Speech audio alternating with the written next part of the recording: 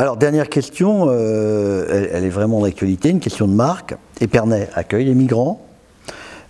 Certains Sparnassiens sont pour, d'autres sont contre.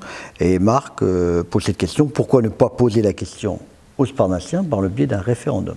Alors tout simplement parce que d'abord c'est interdit, on ne peut faire un référendum que sur des questions qui sont de la compétence d'un conseil municipal.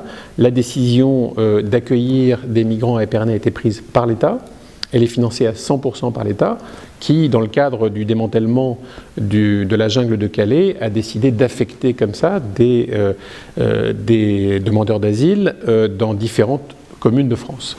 Nous avons une unité à Épernay qui accueille un centre d'accueil et d'orientation de 30 personnes depuis plusieurs mois, depuis environ 5 à 6 mois, hein, puisque ça a démarré au printemps. Donc bien avant le démantèlement. Bien avant le démantèlement, mais il y avait déjà des premiers démantèlements qui avaient été organisés.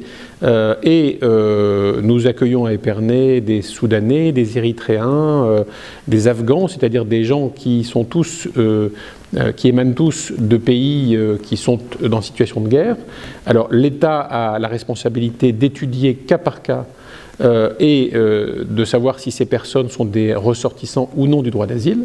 S'ils sont en situation de pouvoir bénéficier du droit d'asile, ils seront accueillis par la République française parce que c'est son devoir au regard de l'histoire et tous les pays occidentaux en font de même. Si jamais ces personnes n'étaient pas reconnues en situation d'asile, ils devraient être invités à quitter le territoire français.